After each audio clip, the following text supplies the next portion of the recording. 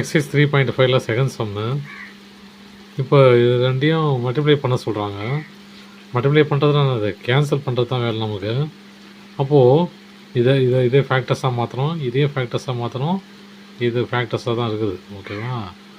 இப்போ நம்ம இதெல்லாம் ஃபேக்டர்ஸாக மாற்றிட்டு இது ரெண்டுத்தையும் ஃபேக்டர்ஸாக மாற்றிட்டுனா நம்ம இந்த சம்மை சால்வ் பண்ணிடலாம். இதை ஃபேக்டர்ஸாக மாற்ற முயற்சி பண்ணுவோம்.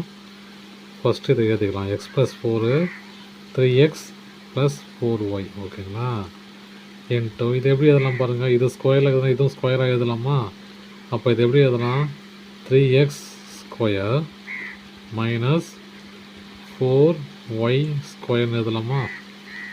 ரெண்டு ஒன்று தானே இது. ஓகேவா? 3 × 3 9, இது 4 × 4 16. அதுதான் அப்படி மாற்றி எழுதியிருக்கேன். டிவைடர். இது எப்படி ஃபார்மேட்டில் கொண்டு வரலாம் ஃபேக்டர்ஸாக? 2 × 20 minus 40, இது 3 இல்லையா? இது 3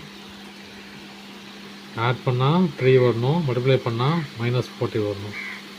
அப்போ 8 × 5 போட்டுக்கலாம், மைனஸ் போட்டுக்கலாம். ப்ளஸ் இன்ட்டு மைனஸ் மைனஸு 8 × 5 40, அப்புறம் 8 ப்ளஸ் மைனஸ் 5 ப்ளஸ் 3. அப்போ இதோட ஃபேக்டர்ஸ் எப்படி இருக்கும்? டிவைடட் பை 2 இல்லையா? இங்கே 2 நம்பர் இருக்குல்ல, அதில் 2 டிவைட் பண்ணினா கேன்சல் ஆகிடும். இது 4. அப்போ இதோட ஃபேக்டர்ஸ் எப்படி இருக்குது?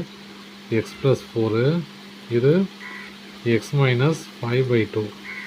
இது சிம்பிளிஃபை பண்ணால் எப்படி பண்ணலாம்? எக்ஸ் ப்ளஸ் 4 2x மைனஸ் 5 எழுதலாம். ஓகேவா? இப்போ இதை எழுதலாம். எக்ஸ் ப்ளஸ் 4 அப்புறம் 2x மைனஸ் 5. இப்போ இந்த ஃபேக்டர்ஸ் எப்படி எழுதலாம்? A square minus b square formula என்ன தெரியும் இல்லையா?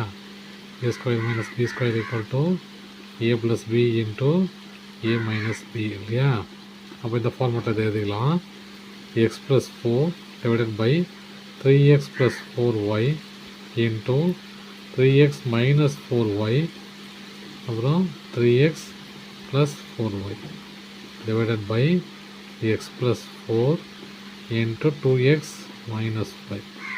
இதெல்லாம் கேன்சல் ஆகும் பாருங்கள். இதுவும் கேன்சல் ஆகிடும், இதுவும் கேன்சல் ஆகிடும். மிச்சம் என்னது? Equal to 3x minus 4y divided by 2x minus 5. அவ்வளோதான் சார். தேங்க்யூ.